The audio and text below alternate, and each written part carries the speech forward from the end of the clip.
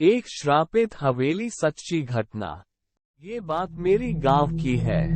जब मैं छुट्टियों में गांव घूमने गया था, मेरे गांव में एक पुरानी खंडहर हवेली है जिसमें करीब 65 सालों से वहां कोई नहीं रहता। ये बात मुझे मेरे गांव के दोस्तों ने बताया। जब ये बात मुझे पता चली तो मेरा मन करने लगा कि मैं एक बार उस हवेली को देखूं। मुझे ऐसी जगहों पर जाना, उनके बारे में जानने में बहुत दिलचस्पी होती है। फिर एक दिन मैं अपने दोस्तों के साथ वहां जाने का प्लान बनाता हूं और उस खंडहर हवेली के सामने पहुंच जाता हूं। वहां दूर दूर तक कोई आता जाता नहीं था।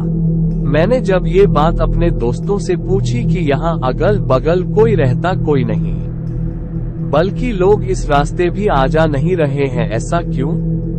तो मेरे दोस्तों ने बताया ये हवेली सिर्फ पुरानी और खंडहर नहीं है, बल्कि ये हवेली एक भूतिया या श्रापित हवेली है। मैं बोला, ऐसा तुम इतने यकीन से कैसे कह सकते हो? मेरे दोस्तों ने कहा, यहाँ पूरे गांव का यही मानना है। इसके बारे में एक बहुत पुरानी और सच्ची घटना यहाँ प्रसिद्ध है। मेरे मन में इसके बारे में जानने का ख्याल और बढ़ने लगा।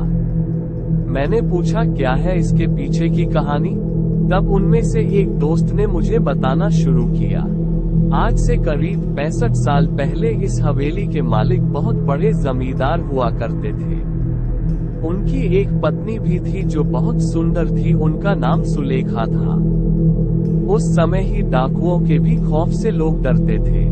डाकुओं की टुकड़ी जिस गांव में भी घुसती थी, उस गांव को पूरी तरह बर्बाद कर देती थी। एक बार डाकुओं के सरदार को जमींदार के धन और संपत्ति पर नजर पड़ी, जिसके बाद उसने जमींदार के घर डकैती डालने का सोचा।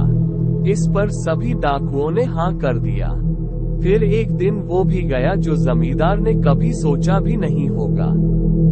डाकुओं ने एक दिन जमींदार के हवेली पर रात में डकैती मार दी। जमींदार ने भी अपनी सुरक्षा के लिए पहले से ही कुछ सिपाही और नौकर रखे हुए थे, जो डाकुओं के हवेली पर आने पर उनसे लड़ पड़े।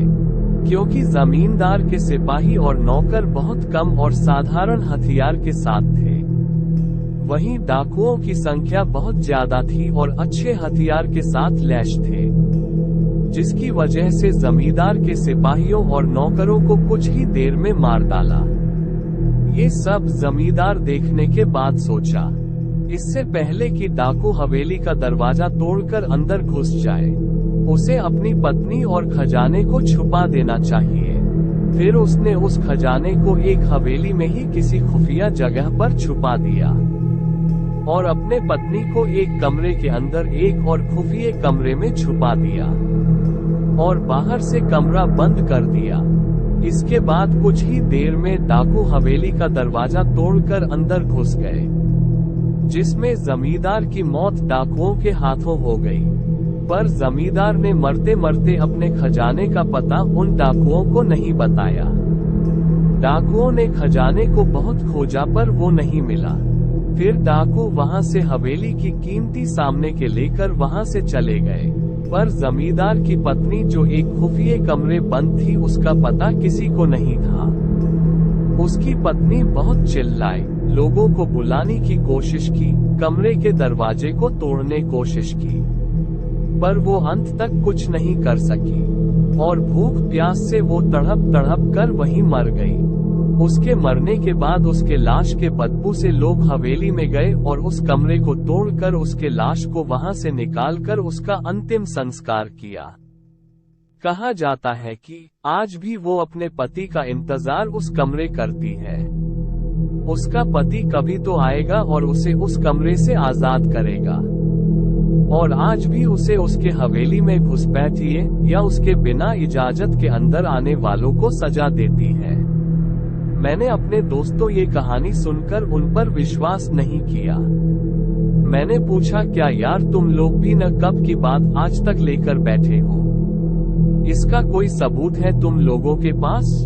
तो उन लोगों ने बोला, कुछ लोगों ने इस हवेली में जाने की और वहां रुकने की गलती की थी, जो आज तक इस सदमे को भूल नहीं पाए हैं। मैंने पूछा ऐसा क्या हुआ था उन लोगों के साथ इस हवेली में। तब दोस्तों ने मुझे बताया, एक बार एक अपराधी जेल से भाग जाता है और इस हवेली में आकर छुप जाता है। उसके बाद कोई कुछ नहीं जानता कि उस हवेली में उसके साथ क्या हुआ था। बस दूसरे दिन उस अपराधी की लाश उस हवेली में मिली। मैंने बोला ये हादसा भी हो सकता है। तो उन लोगों ने कहा एक बार एक चरवाहा उस हवेली में एक रात रुकने के लिए रुक जाता है, जो सुबह जिंदा उस हवेली से तो बाहर आ जाता है, पर अपना मानसिक संतुलन खो देता है। तब से वो आज तक पागल है।